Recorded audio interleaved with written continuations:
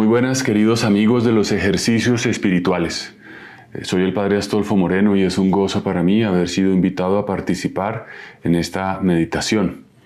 En este momento consideraremos un pasaje de la vida del Señor, de la Sagrada Familia, muy importante, muy relevante, lleno de luces, lleno de contenido para nuestra propia existencia, que es la huida a Egipto.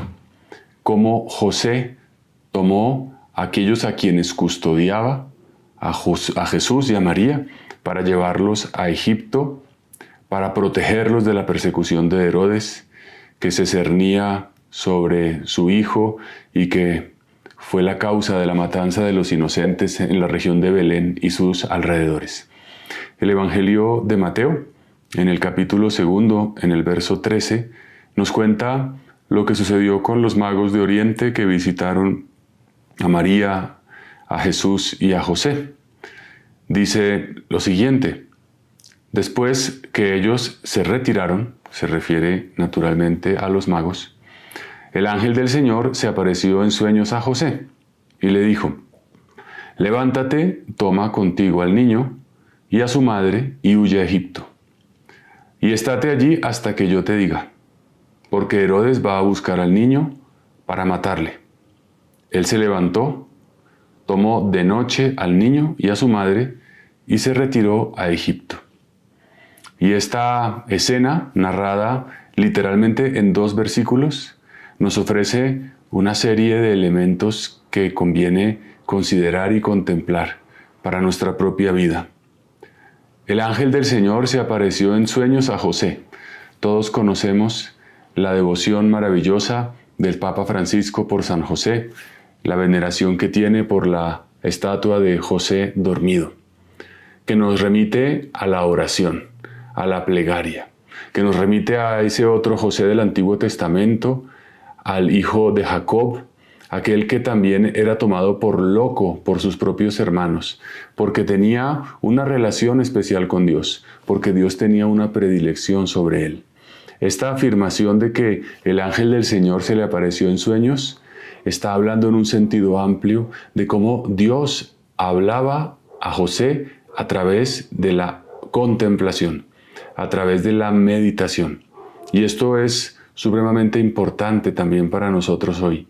En situaciones de coyuntura que tú puedes estar viviendo de alguna manera, situaciones en las que te urge tomar decisiones, en cuanto tienes una noticia que cambia todo el panorama, una noticia inesperada, una realidad que se te presenta por un lado como una ayuda, pero a la vez como una fuente de preocupación. Es decir, debes irte porque quieren matar al niño.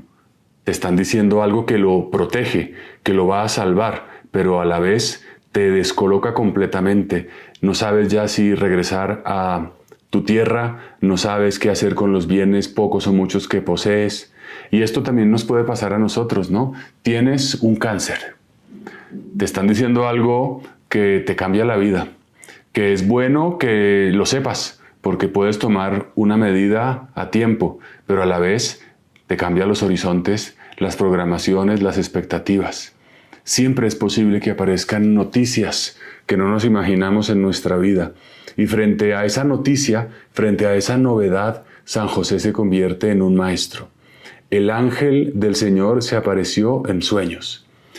Estos sueños también nos hablan entonces de lo que significa anticiparse, ir un paso adelante, no esperar a que las realidades nos tomen, digamos, demasiado tarde, sino poderlas acoger antes. En estos días me pasó algo un poco frustrante para mí, pero que lo relaciono con esto que estamos viendo. Resulta que me han cambiado de parroquia y para afrontar la realidad de la parroquia, pues debo tener relación con los bancos. Hay una cuenta bancaria, naturalmente, como en cualquier parroquia. Yo soy el representante legal, el responsable ante la ley de esa persona jurídica que es la parroquia. Pero pues a tiempo no hice una gestión de sustituir la firma del anterior párroco por la mía y tuve necesidad de hacer un trámite, pero como la firma que figuraba realmente como, digamos, titular no era la mía, pues no lo pude hacer a tiempo y luego tenía un viaje, se me prolongaron los plazos y se me complicó. No me anticipé, no lo hice cuando debía, lo dejé un poco para después y esta dilación me ha generado complicaciones. Es verdad que también tenía mucho que hacer, pero entiendo, ¿no? esta gracia de Dios que te dice, hazlo ahora, no lo dejes para después. En el caso de la persecución que sufrió José, pues era un asunto de vida o muerte, pero es posible que nosotros también en nuestra vida dejemos para después. La palabra que se usa hoy para expresar esta acción es la procrastinación, ¿no? Pro es aplazar, cras en latín significa mañana. Procrastinar es dejar para mañana. Y San José nos enseña a actuar cuando Dios nos pide las cosas. Eso lo veremos luego porque dice que él se levantó, tomó de noche al niño y a su madre y fue a Egipto. Él no esperó al día siguiente. Él no esperó a ver cómo se ponían las cosas, a ver si quizás era verdad lo que se había soñado, que no fuese un espejismo, que no fuese una alucinación, sino que creyó firmemente en lo que el Señor le transmitía en la oración y actuó. San José es para nosotros maestro de la diligencia, del actuar cuando corresponde. De diligencia viene del verbo latino diligere, y diligere significa amar. El que ama hace las cosas aquí y ahora, y no las aplaza, no las deja para después. Bien, entonces el ángel del Señor se apareció en sueños a José y le dijo, levántate, toma contigo al niño y a su madre, y huye a Egipto. Aquí hay 3 órdenes en una. Levántate, toma al niño y a su madre, y huye a Egipto. Y este compendio, digamos, de instrucciones por parte de Dios tiene también diversos significados. Levantarse. Levantarse significa estar disponible.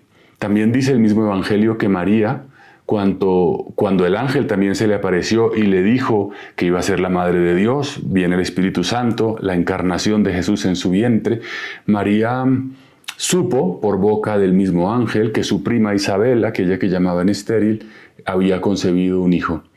Y dice, ella se levantó y se fue a visitar a su prima a las montañas de Ain Kerem, cerca a Jerusalén, desde Nazaret, unos 150 kilómetros. Entonces, levantarse es tener una actitud de disposición, de obediencia, de inmediatez. Levantarse significa estar prestos, prontos para hacer la voluntad de Dios. Es una manera de vivir. Podemos tener una actitud que tienda a rechazar, a esperar, a decir, bueno, ya veremos luego, o la actitud de que cuando Dios nos dice algo, respondamos inmediatamente. San José nos enseña a levantarnos, nos enseña a tener un deseo de amar y de cumplir la voluntad de Dios. Y dice, toma contigo al niño y a su madre. San José es el custodio de los 2 grandes tesoros de Dios en la tierra, que son Jesús y María. Qué responsabilidad, ¿no? Toma contigo al niño y a su madre es, oye, yo te he confiado lo más valioso que existe. Te amo tanto, te valoro tanto, confío de tal manera en tus capacidades, en los dones que yo te he dado, también en tu virtud, en tu humildad, que te confío lo más grande. Es un Dios, el nuestro, por tanto, que nos quiere hacer partícipes de su obra. Es un Dios que delega. Él hubiera podido enviar un carro de fuego y tomar a María y a Jesús y llevarlos a Egipto o ponerles una especie de protección, de blindaje extraordinario, sobrenatural. Pero no lo quiso hacer así. Quiso poner a alguien para que hiciera la tarea. Y esa es una pedagogía de Dios también para nuestra vida. Dios es un Dios que confía. Creó a Adán y Eva, los puso en el jardín del Edén y en el jardín del Edén les dijo, crezcan, multiplíquense y trabajen. Les confió la creación entera. Y a José les confió las personas más valiosas para el mismo Señor. Y esto nos enseña, ¿no? Porque a veces podemos tener una mentalidad de control, de dominio, de desconfianza. No, nadie lo hará como lo hago yo. me necesitan a mí, soy indispensable. Y con esta actitud podemos a veces bloquear el desarrollo de muchas cosas, podemos impedir que ciertas personas crezcan, podemos también impedir la colaboración, romper la comunión. Confiar significa exponerse a que aquella persona en la que confías se equivoque, falle, no lo haga. Para Dios era más fácil no confiar. Pero resulta que cuando tú confías, entonces significa que amas. El recibir una responsabilidad significa que Dios me ama, que me valora. Y esto eleva mi dignidad y me permite tener una experiencia de vida muy distinta.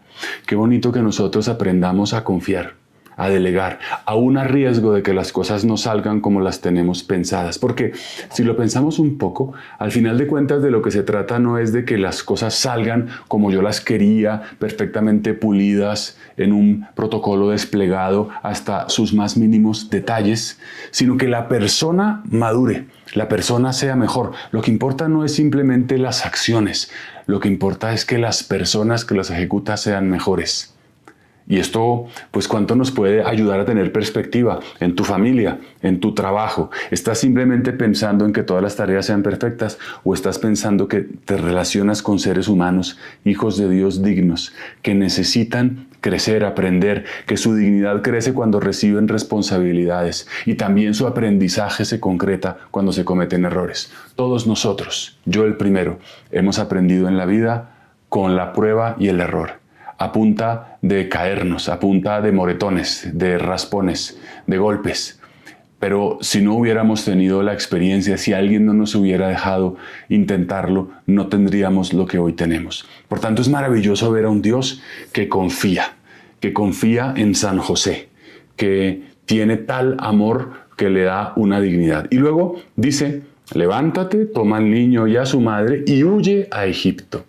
Es muy interesante que Dios le da una orientación, le dice el lugar hacia el cual debe dirigirse. No le da todos los detalles, no le dice vete a la casa de fulano en la dirección tal, sino que le da una orientación, una pista que es suficiente. Y a José le dan una pista bastante clara. Esto me recuerda a Abraham, nuestro padre en la fe, cuya historia está en el mismo libro del Génesis, ¿no? Un día Dios lo llamó, viéndolo en su precariedad, y le dijo, sal de tu tierra. Pero no le dijo para dónde, simplemente le dijo que saliera. Podría haber tomado cualquiera de las direcciones, norte, sur, este u oeste. A José le dan un poco más de detalle. Le dicen, ve a Egipto. Y en Egipto se te mostrará lo que corresponde. Se te pondrán delante las personas que necesitas. Esto es muy importante porque la cantidad de información que recibe José, digamos, no es completa, no es absoluta, pero es la suficiente, es la necesaria para obedecer. A veces nosotros nos podemos paralizar en la vida y tender a no obedecer, a rechazar un llamado del Señor porque no estoy seguro, me falta, quiero saber todos los detalles, quiero que se me cuente qué va a pasar mañana, pasado mañana, traspasado mañana, si me caso, si hago un emprendimiento, si hago un viaje, tengo que saber todo. Y me siento inseguro cuando no se me dan demasiadas precisiones. El Señor en nuestra vida nos da la información que se necesita, no la que no se necesita. No se trata de satisfacer la curiosidad o de satisfacer la inseguridad de un alma que busca aferrarse a datos humanos. Se te da la información necesaria. Esto también es muy importante. En la oración, Dios nos dice lo que tenemos que saber para que no perdamos nuestra mirada en Él, para que no dejemos de confiar en aquel que nos da todo lo que realmente necesitamos. Y esto es supremamente valioso, ¿no? Porque quizás estás a punto de tomar decisiones, de dar pasos en tu vida y sientes que no lo sabes todo. No te preocupes, no eres el único que no lo sabe todo. Eres uno de los muchos que no lo saben todo. Pero el peligro es aquello que se dice, ¿no? Por el análisis a la parálisis. El que analiza a veces demasiado las cosas se queda bloqueado, ¿no? Como el que está para lanzarse a una piscina desde un trampolín y se asoma a mirar la altura que debe sortear con su salto y de tanto mirarla, se llena de miedo, se llena de pánico y termina regresándose. En muchas ocasiones hay simplemente que dar el salto. Es suficiente, Dios me lo pide, no va contra el sentido común, no estoy haciéndole daño a nadie. Es bueno, pues adelante. ¿Lo sé todo? No, no lo sé todo, no pasa nada, ¿no? Y luego, entonces, le dice el Señor, y estate allí hasta que yo te diga. Si nos damos cuenta, no fue poco el tiempo, no se nos precisa con claridad cuánto tiempo fue. Seguramente fueron algunos años, es decir, una temporada en la que José y María tuvieron que vivir como migrantes. No sé si has tenido esa experiencia de vivir en una tierra que no es la tuya, de compartir una cultura que no es la tuya, quizás una lengua, de sentir que allí no tienes raíces, que no tienes familiares, que tienes más dificultades para conseguir trabajo. Porque el que huye o el que migra generalmente es porque tiene una necesidad. José no migró porque quería ir a conocer Egipto, porque quería visitar el río Nilo o visitar las pirámides o las diversas riquezas de cultura y de agricultura de la tierra egipcia. Lo hizo porque estaba en riesgo la vida de su hijo y también la de su esposa. Muchos de los que viajan pues lo hacen por eso, porque necesitan un horizonte mejor, un trabajo, una dignidad. Y por eso el Papa Francisco nos insiste tanto en la necesidad de acoger a los migrantes, de acoger a las personas que necesitan un refugio, que necesitan estar cerca de una tierra que les ofrezca una seguridad. José conoció lo que es ser migrante, conoció lo que significa empezar de cero, dejarlo todo y volver a empezar. Y aquí también nos ayuda el ejemplo de San José. La vida muchas veces es necesario dejarlo todo y volver a empezar. A veces podemos estar aferrados a cosas que no nos ayudan a crecer, sino que nos complican la vida. Nos aferramos a un trabajo, nos esclavizamos de una persona, nos limitamos por un ambiente. Cuando alguien tiene realmente el corazón puesto en el Señor, puesto en Dios, entonces esas cosas pasan a un segundo plano y es más fácil abandonar y volver a empezar. Para muchos, creo, en los últimos años ha sido necesario volver a empezar, por ejemplo, desde la pandemia, cuando tuvimos que estar encerrados, muchos negocios, muchas personas, muchas familias tuvieron que volver a empezar y ya no digamos si perdieron seres queridos, tuvieron que experimentar algún tipo de dolor en particular. Esta enseñanza de San José también creo que nos anima y nos llena de ilusión, de esperanza. Nos muestra que realmente todas las cosas de este mundo se van, todo lo que podemos construir se va y que puede que un día tengamos que hacer un cambio radical de vida y no pasa nada, no pasa nada, porque el Señor va por delante. Bien, y entonces dice, estate allí hasta que yo te diga, ¿no? Son las palabras que Dios dice por medio del ángel. No le da un plazo tampoco definido. Así como en la anterior instrucción no le dio un lugar geográfico genérico, vete a Egipto, en este caso no le da una temporalidad precisa, no te dice va a ser 1 año, van a ser 2, van a ser 10, hasta que yo te diga. ¿Has tenido alguna vez la experiencia de estar esperando a que se te permita hacer una tarea? Hace poco estuve mucho tiempo, como en 3 ocasiones, haciendo una fila, ¿no? Y haces una fila, tomas un turno, ves allí que van avanzando los turnos, pero no sabes cuándo te va a tocar.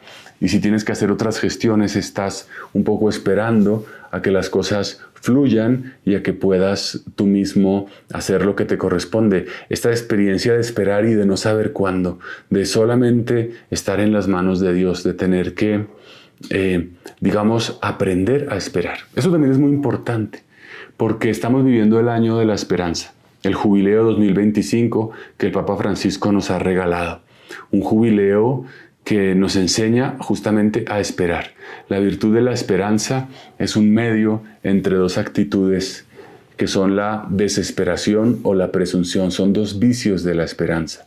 El que desespera, el que siente que ya no es capaz de esperar, el que no tiene más tiempo o más fuerzas y más bien abandona, pues va contra la virtud de la esperanza. Pero también la presunción, el que presume es el que siente que no tiene necesidad de esperar porque ya lo tiene todo ganado. que ya llegó a la meta y que da por descontado que merece o que recibirá todos los frutos o los premios, ¿no? Como la parábola aquella de la liebre y la tortuga, ¿no? La liebre, mucho más rápida que la tortuga, estaba muy prendada de sí misma, sabía que podía en cualquier momento rebasarla, pero esa autosuficiencia la engañó y cuando menos se lo imaginó, la tortuga cruzó la meta antes que ella y fue la peor derrota. Esa es la presunción, el que no sabe esperar no porque sienta que todo se le acaba, sino porque sienta que todo le sobra, que siente que no tiene ningún tipo de problemas y que es mejor que otros.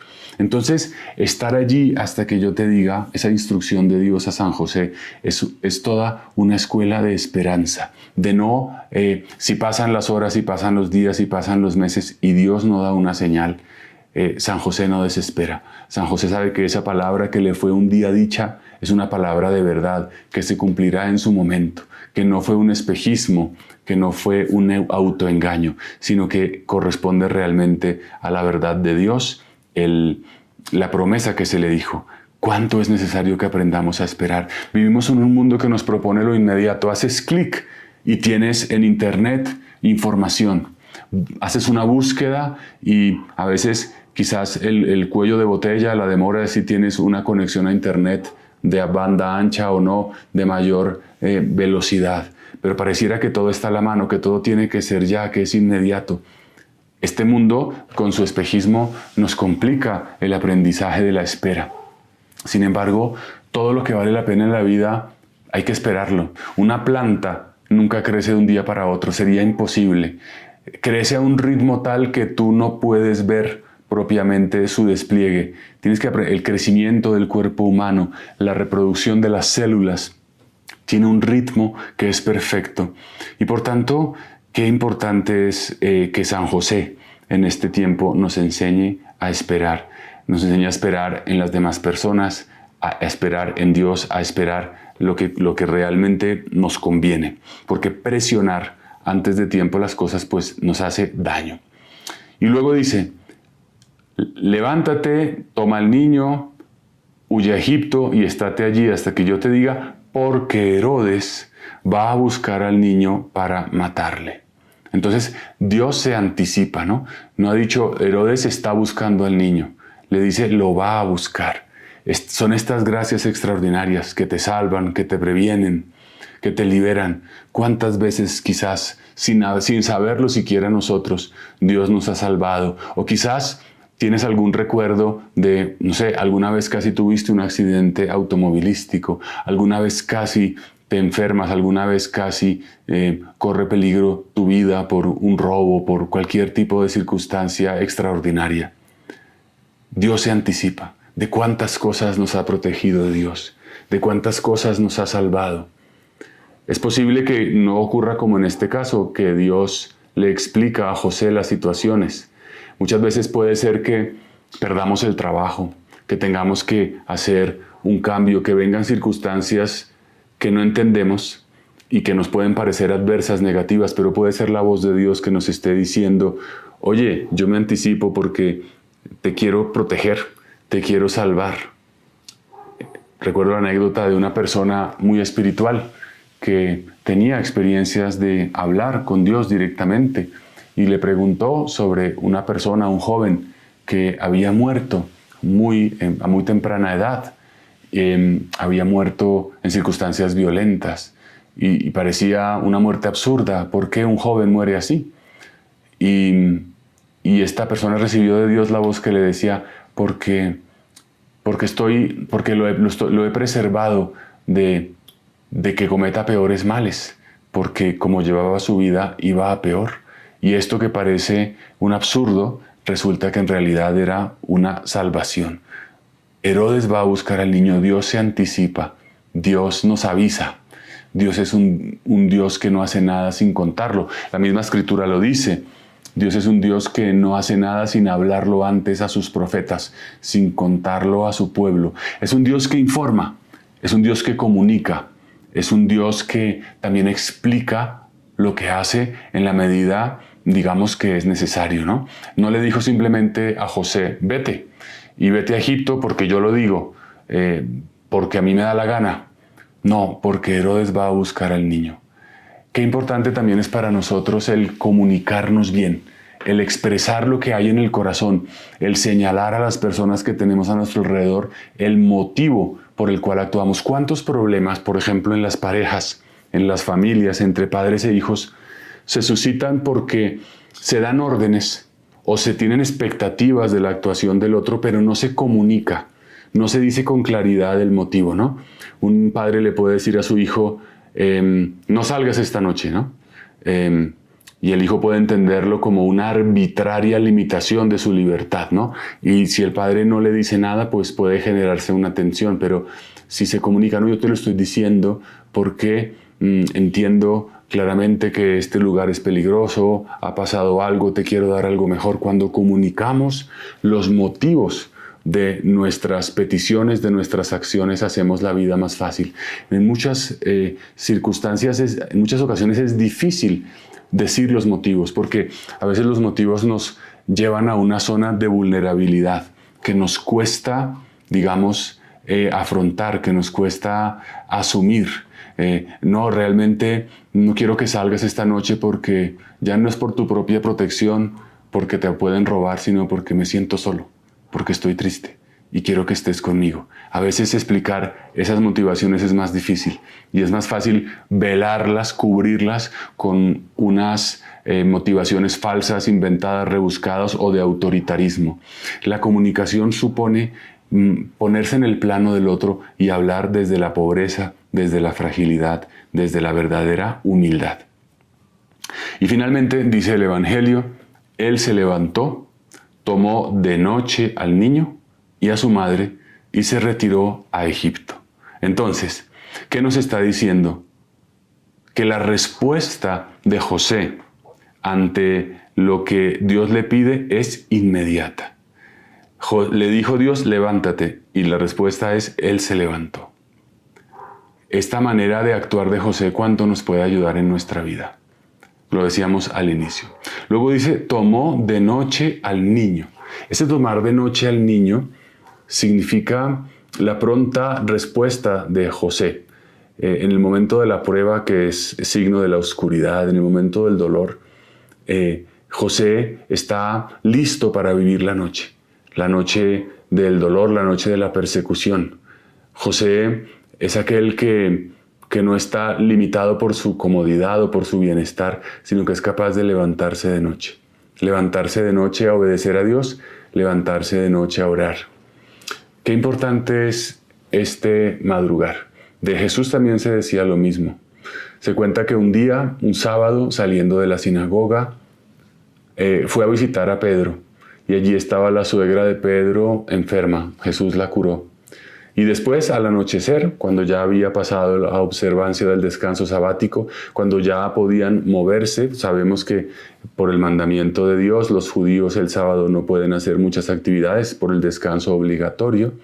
Entonces, ya en la noche le trajeron a los enfermos, a los cojos, a los lisiados, y hasta muy altas horas los atendió, los bendijo, los sanó.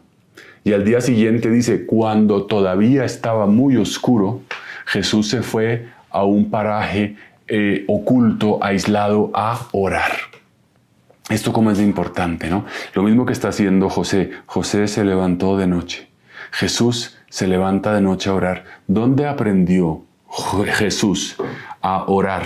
A levantarse temprano, a madrugar, digamos. Seguramente de José.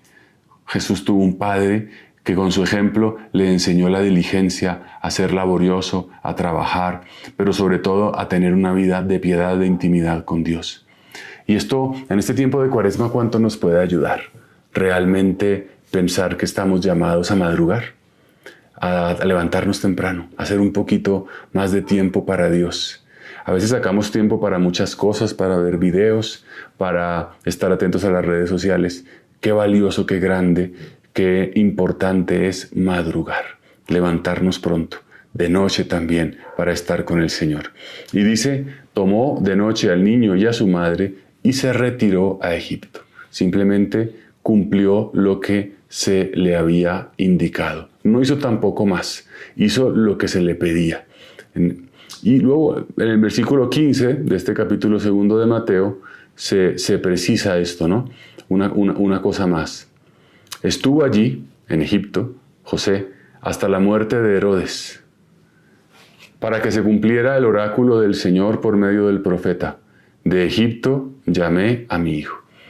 Esto culmina, digamos, toda la escena de la huida a Egipto, esta afirmación profética, digamos, para que se cumpliera el oráculo del Señor. Muchas veces se nos dice que acciones que hizo Jesús se hicieron para que se cumpliera lo dicho por el profeta. En la cruz, Jesús, para que se cumpliera lo dicho por la Escritura, dijo, tengo sed. Porque al final, esta dinámica de profecía-cumplimiento es fundamental. Dios es un Dios que obra, que actúa, que ejerce su poder por medio de la palabra. Lo que Él dice, se cumple. Dios creó el universo por su palabra y dijo Dios, hágase la luz y se hizo la luz. Es decir, hay una correspondencia perfecta en Dios entre lo que Él dice y la acción que se lleva a cabo, la obra que se realiza. Y por eso es también importante que lo que Dios dice en su palabra se cumpla. Es decir, cuando tú y yo, por ejemplo, leemos la Escritura, leemos la Sagrada Biblia, todo aquello que se lee se cumple. Eso es un misterio. O sea, este pasaje que yo estoy leyendo, que he acabado de precisar, Mateo 2, versículos 13 al 15, se cumple en tu vida, se cumple en la mía, se cumple en la de todos los que lo leen, de una manera distinta, de una manera única, de una manera perfecta y absoluta. Pero Dios ha también querido mandarnos su palabra para que se cumpla. ¿Qué significa que se cumpla? No simplemente que Dios demuestre su poder, de que tiene una capacidad de imponer su deseo, sino que fundamentalmente quiere decir que las cosas en el mundo suceden conforme a un plan. Que se cumpla la Escritura es que hay un plan, que las cosas no son aleatorias, que los acontecimientos no son fortuitos, que tu vida no está en manos de la nada, del caos, de un destino incierto, sino que tu vida y la mía está en manos de un Dios que nos ama. Y por eso, para que se cumpla la Escritura, para que se vea que lo que Dios ha previsto, que su amor está por encima de los poderes de este mundo, de un Herodes o del gobernante de turno. Hoy tú y yo podemos estar pensando frente a las guerras comerciales, a los conflictos bélicos globales, que nuestra vida está en manos del gobernante de este momento, de los gobernantes, de los poderosos. Pero esta palabra nos dice, no, la verdad es que tu vida está en manos de Dios. Ni Herodes pudo contra José, porque Dios estaba con él. El verdadero gobernante de este mundo se llama Dios y por eso esta palabra hoy restaura nuestra esperanza. Así que sigamos viviendo con muchísima alegría los ejercicios espirituales, extrayendo la profunda riqueza que nos viene de la palabra de Dios. Dios los bendiga.